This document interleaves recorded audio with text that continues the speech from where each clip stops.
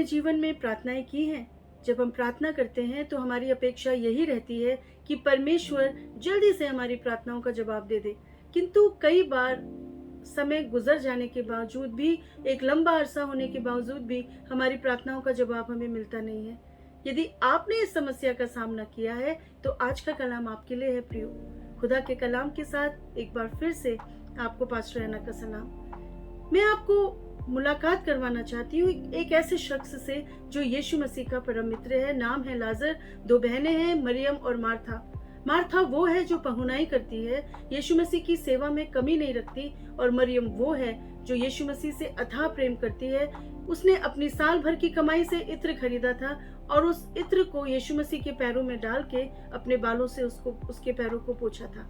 यानी अथाह प्रेम, एक ऐसा परिवार जो यीशु मसीह के दिल के बहुत करीब है। और यीशु मसीह जब बैतनिया में थे, सेविकाई कर रहे थे, मार्था के द्वारा उन्हें संदेश मिला, वो व्यक्ति जिससे तू बहुत प्रेम करता है, तेरा मित्र लाजर, वो जो है बीमारी में है। और अजीब सी बात करी यीशु मसीह ने, वो 2 दिन और रुक गए वहां पर। आप क्या करते? आप तुरंत भाग के अपने मित्र के पास जाते, लेकिन यीशु मसीह 2 दिन और रुक गए। और उसके बाद यीशु मसीह ने एक बयान दिया, ये बीमारी जो है मृत्यु के लिए नहीं है, परमेश्वर की महिमा के लिए है। 2 दिन के बाद वो फिर से यहूदिया में गए। ये वो स्थान था जहां उन्हें पत्थरवाह किया जाना निश्चित था, सताव निश्चित था। और यीशु मसीह एक अटपटी सी जगह में जा रहे हैं। और यीशु मसीह ने दूसरा अजीब सा बयान दिया कि वो सो रहा है, मैं उसे जगाने जा रहा हूँ। तीसरी चीज जो यीशु मसीह ने करी कि वो आनंदित है इस बात से कि मैं वहां न था जिससे तुम विश्वास करो। समझ में नहीं आ रहा यीशु मसीह अपने मित्र की मृत्यु से दुखी है या फिर वो आनंदित है। कंफ्यूजन ही कंफ्यूजन है। लेकिन चौथे दिन यीशु मसीह वहां पहुंचते हैं।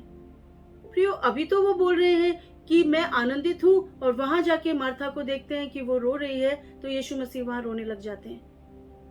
कंफ्यूजन ही है, सब लोग को समझ में नहीं आ रहा। शिष्य कह रहे हैं पता नहीं क्या हो रहा है।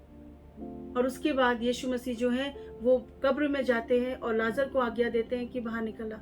चौथा दिन हो चुका है, यीशु मसीह का मित्र मर चुका है प्रियो।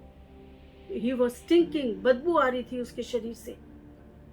यीशु मसीह ने कहा था कि ये बीमारी मृत्यु के लिए नहीं है, लेकिन ऐसा लग रहा था कि शायद यीशु मसीह कुछ करेंगे, लेकिन सच्चाई तो ये थी उनका मित्र मर चुका था। अब 4 दिन हो चुके थे, शायद कुछ नहीं हो सकता था। लेकिन जब यीशु मसीह ने लाजर को आज्ञा दी तो वो बाहर आया और सब लोग हक्के बक्के रह गए। जस्ट इमेजिन, 4 दिन के बाद स्टिंकिंग मैन कब्र से बाहर निकल के आ रहा है और यीशु मसीह ने बोला इसे खोलो, अनटाई हिम, और उसको खोला गया। एक व्यक्ति जो मर चुका था यीशु मसीह के कहने पे दोबारा से जीवित हो गया। प्रियो, यदि आपको ऐसा लगता है, आप अधीर हो रहे हैं, आपको ऐसा लगता है समस्याएं कभी खत्म नहीं होंगी, मेरी प्रार्थनाओं का जवाब नहीं मिलेगा, मैं आपको भरोसा दिखाना चाहती हूँ कि यीशु मसीह में जो है पुनरुत्थान की भी सामर्थ है। वो जब काम करते हैं तो अद्भुत रीति से कार्य करते हैं प्रियो। एक और उदाहरण है अब्राहम का। 75 साल में ये परमेश्वर ने उनसे प्रतिज्ञा करी कि तेरे बेटा होगा। 99 साल में परमेश्वर खुद कलाम लेके उसके पास पहुंच के कहते हैं कि तेरे बेटा होगा, और 100 साल में उसके बेटा हुआ। 25 साल का गैप। जरा सोचिए, ऐसा लगा कुछ नहीं होगा, समय निकल गया। अब्राहम ने भी 85 साल की उम्र में अपना प्रयत्न करने की कोशिश करी, लेकिन परमेश्वर ने उनका प्रबंध किया। एक और उदाहरण, यीशु मसीह अपने शिष्यों के साथ झील में से जा रहे थे, तूफान आया, यीशु मसीह डेक में सो रहे हैं। शिष्यों को लगा देर हो गई है, यीशु मसीह उठ नहीं रहे हैं, अब जो तूफान जो है उन्हें निगल जाएगा। And they were so much in trouble. भाग के यीशु मसीह को जगाते हैं और बोलते हैं उठिए उठिए, तूफान हमें खा जाएगा। और यीशु मसीह ने तूफान को डांटा।